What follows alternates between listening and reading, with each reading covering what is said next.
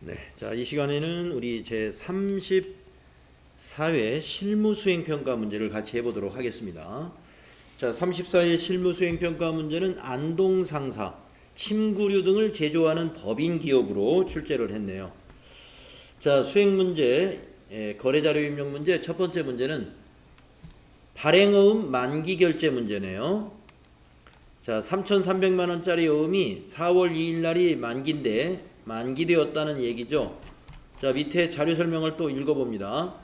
주식회사 선영산업의 외상대금 지급을 위해 발행하였던 전자어음이 만기가 되어서 국민은행 당좌예금 계좌에서 지급 결제되었다. 그러면 당좌예금이라는 계정 과목은 대변에 가야 되고, 우리가 부채로 인식했던 지급어음은 차변에 와서 부채 감소가 돼야 되는 그런 거래가 되겠습니다. 1. 거래자료 입력하세요. 자, 메인 매출 전표가 아니죠. 이거는 어음 결제 거래니까 일반 전표에다 입력을 합니다. 두 번째, 자금 관련 정보를 입력하여 지급어음 현황에 반영하시오 하면은 F3키 눌러서 지급어음을 만기 처리하면 되는 것이죠. 자, 4월 2일자 일반 전표에다가 다 같이 입력하겠습니다. 자, 일반 전표 입력 4월 2일 차변의 지급어음 부채 감소, 거래처는 선영산업에 발행한 거였어요. 금액은 3,300짜리였죠. 대변에 당좌 예금에서 인출이 됩니다. 102번. 은행은 국민은행입니다. 이와 같이 국민은행 코드가 두 개일 때는 괄호 속에 있는 것까지 자세히 보셔야 돼요. 국민은행 당좌니까 그 98002 코드를 반드시 써야 됩니다. 국민은행 보통하고 구분해서 쓰셔야 된다 이거죠. 자, 3,300 하시고, 두 번째 평가 문제인 지급어음 자금 관리는 어떻게 하느냐. 지급어음 줄을 클릭하시고 F3을 눌러줘라 이런 얘기죠. 그러면 밑에 어음 상태는 결제로 나타나 있고요. 어음 번호는 더블 클릭해서 찾아주면 됩니다. 그러면 여기 3,300짜리에 우리가 발행한 어음이 보여요. 만기가 4월 2일로 돼 있죠. 선택 만기 어음은 어음 찾아주면 더 이상 입력할 내용은 없습니다. 그래서 엔터로 마무리하시면 된다.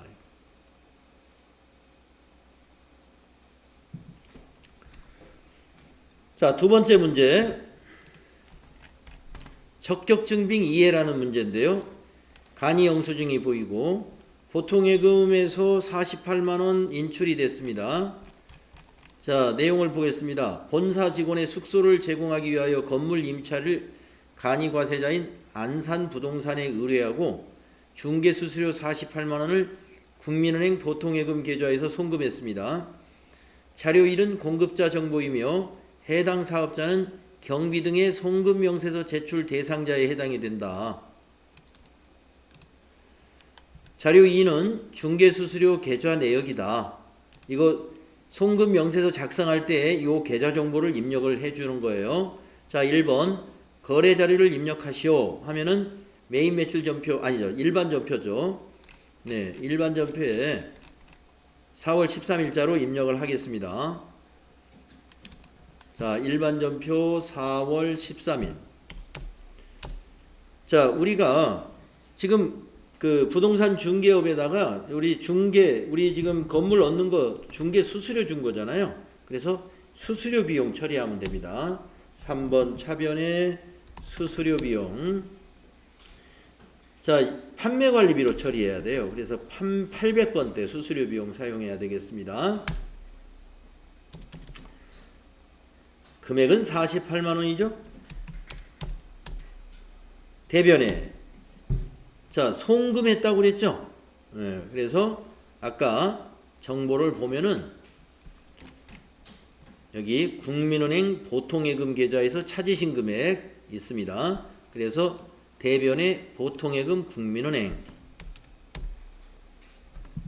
이때 국민은행 코드는 두 번째 있는 98003을 써야 돼요. 보통. 그리고 대변에 48만원. 자, 이렇게 하면 이제 평가 문제 1번은 한 거고요. 평가 문제 2번은 전체 메뉴 나가가지고 여기 결산 재무제표에 있는 경비 등의 송금 명세서라고 하는 요 메뉴에다 입력을 하는 거예요. 자, 클릭을 해서 주어진 정보를 보고 입력합니다. 거래 날짜는 2020년 0413이고 법인명은 안산부동산이었죠. 성명은 그 영수증에 김시현이라고 있었죠. 영수증에 보면 사업자 번호가 12460 3315 거래 내역에는 중개수수료 이렇게 써주면 됩니다. 48만원. 송금 일자는 거기 같은 날 송금했습니다. 2020년 0413. CD가 은행 코드예요. 어느 은행으로 입금했느냐? 아까 그 은행 정보 신한은행이었죠. 자, CD를 더블 클릭하면 검색창이 나옵니다. 거기서 신한으로 검색해줘서 088 찾아주면 됩니다. 계좌번호, 거기 문제에서 계좌번호 정보 주었습니다. 아까 여기 자료 설명에 있었죠? 이거 그대로 입력해주면 돼요. 계좌번호 하이폰 넣어서 입력해 주는 거예요. 네, 여기까지 입력하시면 송금명세서, 경비등 송금명세서 작성을 마친 거예요. 자, 위에 저장하기 단추 있는 메뉴에서는 저장하기 눌러주고 닫습니다. 상단에 저장하기 있죠? 저장, 작업한 내용이 저장되지 않았으면 저장하시겠습니까? 예, 저장해야죠. 이렇게 저장하고 닫아주면 된다. 자, 이렇게 해서 우리가 송금명세서 작성이기 때문에 조금 할 일이 좀 많았어요. 3점짜리였습니다. 다음에 세 번째 문제는 유무형 자산의 매각. 이 유무형 자산의 매각은 FAT 1급에서도 아주 뭐 빼먹지 않고 출제를 하고요. 이렇게 TAT 2급에서도 빼놓지 않고 출제를 하는군요. 근데 약간 지시사항이 평가 문제가 더 많다는 거. FAT 1급은 뭐 양도일자라든지 이런 부분까지 이 얘기 하진 않습니다. 자, 자료 설명 보겠습니다. 공장에서 사용하고 있던 화물차를 매각하고 발급한 전자세금계산서니까 11번 과세 매출로 메인 매출 전표에 입력해야 됩니다. 화물차 매각 대금은 전액 외상이에요. 혼합분계 무조건 해야 돼요. 고정자산 등록 메뉴에서 양도일자 입력하시오. 요걸 차례대로 천천히 하시면 돼요. 자, 평가 문제 1번부터 같이 하겠습니다. 양도 날짜를 고정자산 등록에 입력하여라 했으니까 전체 메뉴 가셔가지고 전체 메뉴 가셔서 양도 날짜가 여기 고정자산 등록이라는 메뉴 여기 있습니다.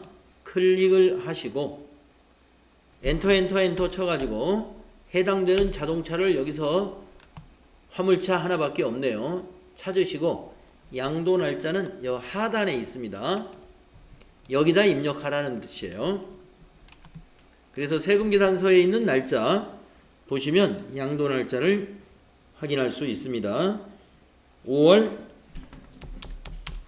31일이죠. 2020년 5월 31일. 자, 그러면 입력은 했습니다. 그 다음 두 번째 문제는 뭔가요? 양도일까지 감가상각비에 대한 회계 처리를 일반 전표에 입력하시오. 그러면 이 양도일까지의 감가상각비가 얼마인지를 알아야 돼요. 자, 아까 그 창을 안 닫으셨죠?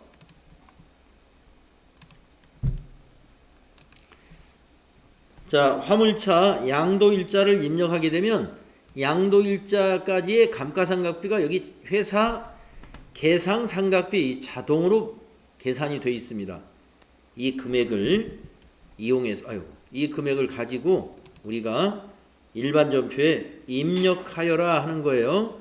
그러니까 감가상각비 269만 7,910원을 회계 처리해야 되겠죠. 네. 자, 어떻게 합니까? 차량 운반구입니다. 차량 운반구. 자, 일반 전표 가셔가지고 처분한 날짜, 양도 날짜 기준으로 하는 거예요. 5월 31일. 일반 전표에 5월 31일 차변의 감가상각비 800번대입니다. 차량 유지비에 차량과 관련된 감가상각비.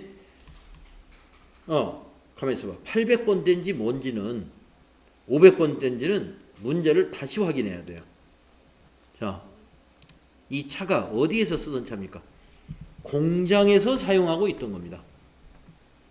공장에서 사용한 거니까 감가상각비를 500번대 써야 됩니다. 네. 실수할 뻔했는데요. 자, 다시 차변의 감가상각비는 공장에서 쓰던 자동차이기 때문에 제조원가에 들어가야 돼요. 그래서 518번. 영업부나 관리부에서 쓰는 자동차는 800번대 판매관리비. 잘 기억하십시오. 자, 금액 아까 여기 있는 금액입니다. 2697916. 네.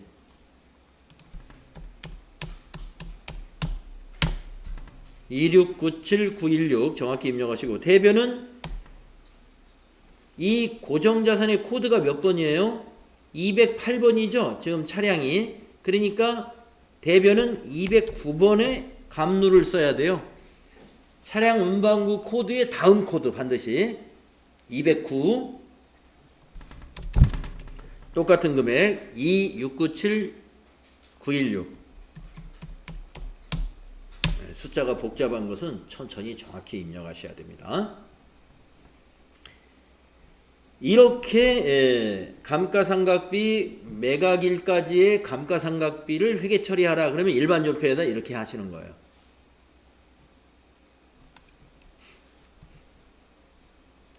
자,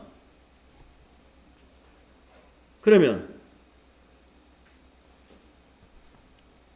다음에 또 세금계산서 이거 과세매출로 메인매출 전표 입력하는 문제를 아직 안 했죠? 자, 3번.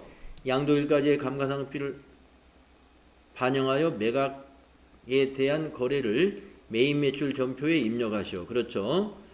네. 그런데 이제 이 매각에 대한 것을 입력할 때 감가상각 누계액을 알아야 돼요. 감가상각 누계액을. 그러면은 다시 고정자산 등록에 가가지고 감가상각 누계액을 알아와야 됩니다. 자, 아까 고정자산 등록에서 전기말 상각 누계액에다가 당기의 감가상각비 이 두 개를 더해야 돼요. 더해서 메모해 두세요. 감누가 얼마 나오는지. 그렇죠? 그래서 2000 두 개를 더하면 메모를 합니다. 2700 697916이다. 27697,916이다. 전기말 상각 누계액에다가 당기 상각액을 더해서 감누를 메모를 해 두어야 우리가 메인 매출 전표의 처분에 관한 분계를 할 수 있는 것입니다. 그렇죠?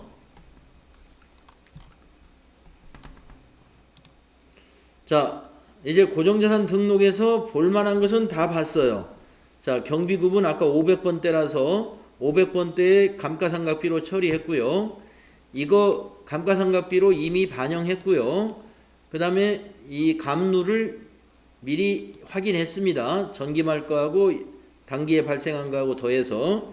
자, 이제 고정자산은 닫아도 되고요. 메인 매출 전표에 갑니다.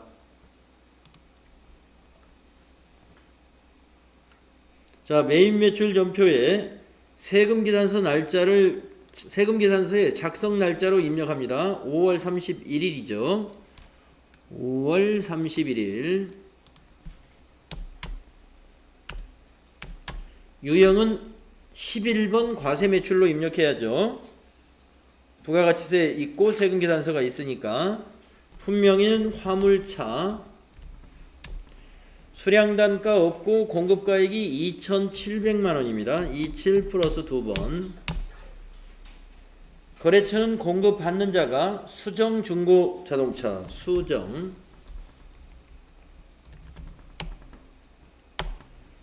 전자세금란은 아까 뭐라고 그랬냐면은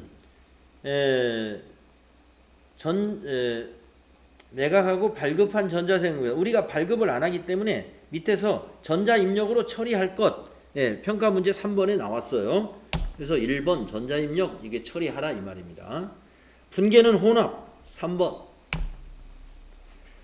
자, 제품을 매출한 게 아니라 차량 운반구를 처분했으니까 두 번째 줄에 있는 제품 매출을 차량 운반구 유형자산으로 바꿉니다. 208번으로.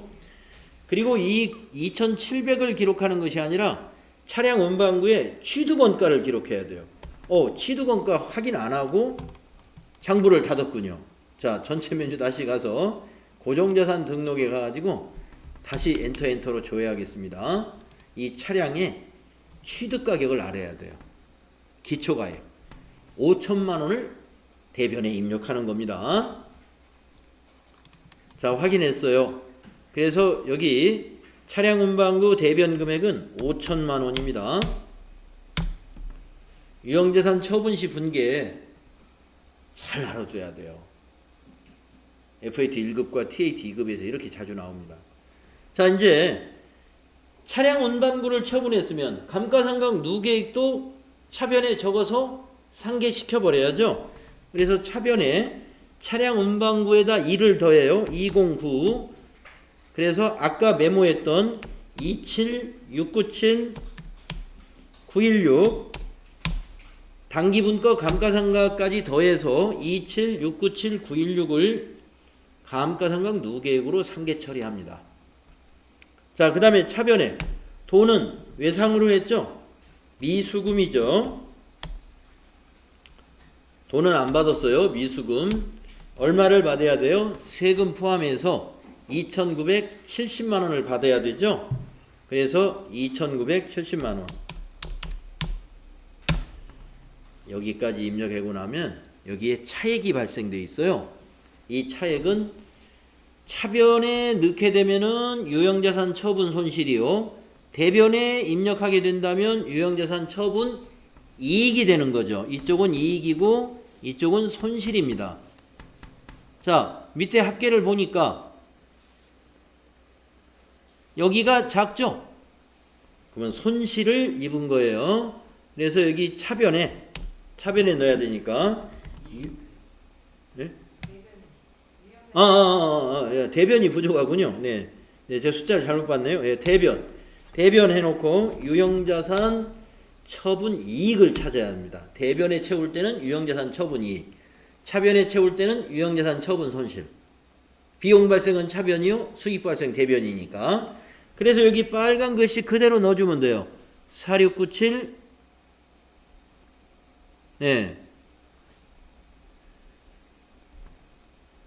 916이죠. 그 금액 그대로. 그리고 마지막에 탭키 눌러가지고 여기 혹시 거래처 수정할 것이나 또 차변과 대변의 합계는 일치하는가를 마지막으로 점검하고 끝내야 됩니다.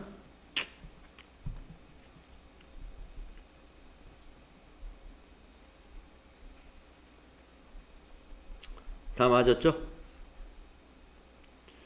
자, 유형자산 처분에 관한 회계 처리. TAT 2급에서는 이런 스타일로 나온다는 거죠. FAT 1급은 이렇게 복잡하게 안 하죠. 간단하게 문제를 냅니다. 그래서 고정자산 등록대장에 가가지고 처분 날짜도 입력하라고 그러고 단기분까지 계산해서 감가상각을 반영하라 그러고 일반전표 입력을 해서 그런 내용까지 다 하셔야 된다. 자, 그러면은 이 문제는 잘 됐습니다. 그 다음에 다른 문제 볼까요? 네 번째 문제, 퇴직금 지급 문제네요. 자, 자료 1번.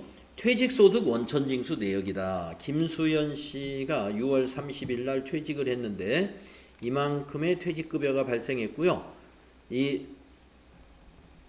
이만큼은 세금을 공제했으니까 요건 예수금이 되겠네요. 차인 지급액은 보통예금이 되겠네요. 아니군요. 보통예금 중에서 2천만 원은 또 다른 방법으로 지급했네요. 자, 내용을 보겠습니다. 당사는 확정급여형 퇴직연금 제도에 가입이 되어 있고요. 김수연 씨 퇴직금 중 2천만 원은 삼성생명의 퇴직연금 운용자산에서 빼가지고 지급했군요. 나머지는 회사가 지금 여기 이만큼을 보통예금으로 지급했습니다. 그러면 대변에 보통예금은 이만큼, 나머지는 퇴직연금 운용자산이 대변에 가야 되겠네요. 그죠? 2천만 원은 대변에 퇴직연금 운용자산. 자료 1은 구매팀 직원 김수연의 퇴직금 지급 관련 퇴직소득 원천징수 내역이다. 그래서 여기 두 개 합쳐서 예수금이고 이거는 퇴직급여로 인식하면 돼요. 자료 2는 회사가 부담한 퇴직금을 보통예금 계좌에서 이체한 내역이다. 거래자료 입력하시오. 정리 다 됐죠? 자, 그러면 입력을 하겠습니다. 자, 날짜는 6월 30일 날입니다. 일반 전표에 넣어야 되죠? 일반 전표 입력. 6월 30일. 차변의 퇴직급여. 퇴직급여 아니에요. 자, 확정급여형 퇴직연금에 가입된 회사는 퇴직급여 충당 부채를 설정을 해 놓습니다. 그래서 6월 30일 현재 시산표를 봐야 되겠네요. 자, 전체 메뉴 가셔가지고 합계잔액 시산표를 열어보세요. 6월 30일자. 네. 6월 30일자 비유동부채에 퇴직급여 충당 부채가 하나도 없네요. 네. 퇴직급여 충당 부채가 없습니다. 없으므로 전액 비용 처리합니다. 자, 그러면 다시 일반 전표로 가셔가지고 차변의 퇴직급여인데 누군 생산부 직원인가요? 어느 부서 직원이에요? 네? 구매팀. 그럼 판매관리비입니다. 구매팀이면. 네, 구매팀이네요. 그래서 500번대 쓰는 게 아니라 퇴직급여를 800번대 판매관리비 코드를 써야 된다는 거. 806번 되겠습니다. 금액은 2,611만 7,010원. 261170102죠. 거기 퇴직급여 안에 261171010 그게 비용이에요. 자, 이제 대변 입력합니다. 대변에 예수금 입력할까요? 예수금 두 개를 더해 보세요. 56만 3,650원하고 56360을 더합니다. 얼마 나와요? 620010 나옵니다. 620010. 자, 그 다음에 차인 지급액에서 보통예금에서 549만 7천원 나갔죠. 그래서 대변에 103번 보통예금. 은행은 기업은행에서 나갔습니다. 기업은행. 보통. 금액은 5497 플러스. 자, 2천만 원은 연금에서 나갔죠. 대변에 퇴직으로 검색해 보세요. 퇴직연금 운용자산 198번 보이죠? 퇴직연금 운용자산은 예금 상품이나 마찬가지예요. 그래서 거래처를 삼성생명으로 거래처 코드 넣어야 돼요. 삼성생명으로. 그래서 2천만 원 대변에 입력하고 차 대변이 딱 맞는가 보세요. 네, 딱 맞았죠? 이렇게 회계 처리해야 됩니다.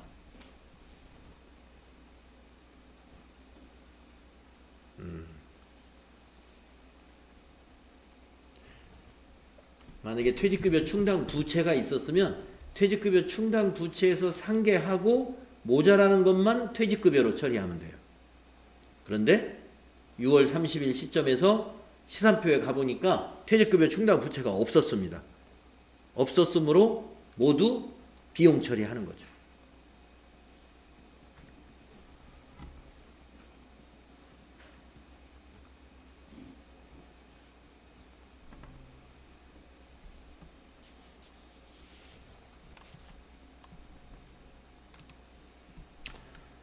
자, 그러면 네 번째 문제 잘 마무리가 되었습니다. 자, 이렇게 해서 거래자료 입력 문제를 마쳤고요.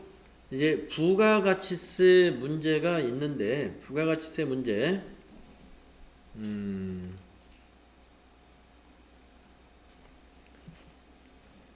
1번 한번 보겠습니다.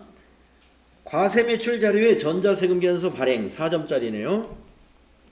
거래명세서가 있고요. 찬용코리아에다가 2부를 팔았습니다. 찬용코리아의 구매확인서에 의하여 구매확인서? 이거 조심해야 됩니다. 영세율 세금계산서예요. 영세율. 구매 확인서나 그 내국 신용장 하면은 영세율 세금계산서입니다. 즉 유형을 영세율로 선택해야 돼요. 의하여 제품을 공급하고 발급한 거래명세서이며 물품 대금은 전액 6월 30일에 받기로 했으니까 외상 매출금입니다. 거래명세서에 의해 매입 매출 자료를 입력하고 복수거래 키를 이용할 것, 전자세금계산서 발행 및 내역관리를 통하여 발급 전송하시오. 네. 여기서 주의할 것은요. 여기서 주의할 것은 6월 8일로 입력하면서 유형을 12번 영세인가? 영세가 12번일 거예요. 한번 들어가 봅시다. 6월 8일 날 메인 매출 전표로 갑니다.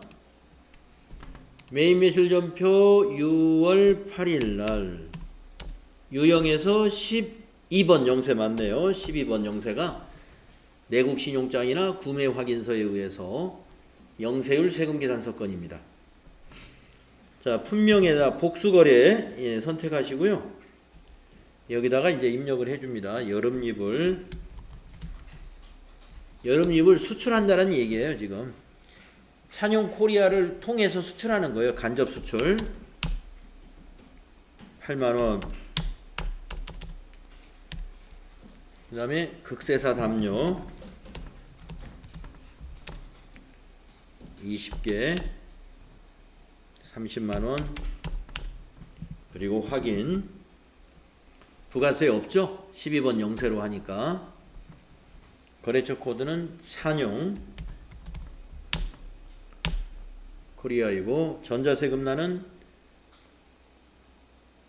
전자세금계산서를 우리가 발급을 할 거예요. 그러니까 0번 비워둬야 됩니다. 우리가 발급할 거니까. 분계는 외상이었죠. 2번 외상. 네, 차변의 외상 매출금 1,400, 대변의 제품 매출 1,400. 분계 잘 되었습니다. 자, 이제 세금계산서를 발급 전송하러 가겠습니다. 전체 메뉴 가가지고 부가가치세 2에 있는 전자세금계산서 발행 및 내역관리로 갑니다. 날짜는 6월 8일 거를 검색합니다. 6월 8일부터 6월 8일로 엔터 3번 치시고 찬용코리아 거 보이면 앞에 체크한 다음에 전자발행 상단에 있죠. 전자발행 누르고 확인 눌러주시고, 세금계산서 그림 나오면 밑에서 발행 눌러주시고 확인. 그리고 다시 한번 아카데미 전자세금계산서 단추 올라갑니다. 클릭. 로그인 단추 눌러줍니다. 미전송 체크하고 매출 조회를 누릅니다. 그리고 위에서 또 발행 눌러주시고 확인해 줍니다. 네. 닫고 마무리 된 거예요. 그래서 여기에 와서 조회를 눌러보면 여기 전자 발행이라고 나타나게 되어 있습니다.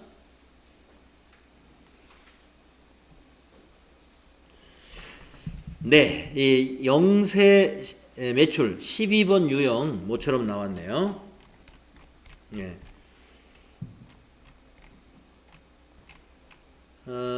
여기까지 설명을 하는 게 좋을 것 같습니다. 시간이 다 됐기 때문에 여기 그 2번 문제부터는 다음 시간에 이어서 풀도록 그렇게 하겠습니다.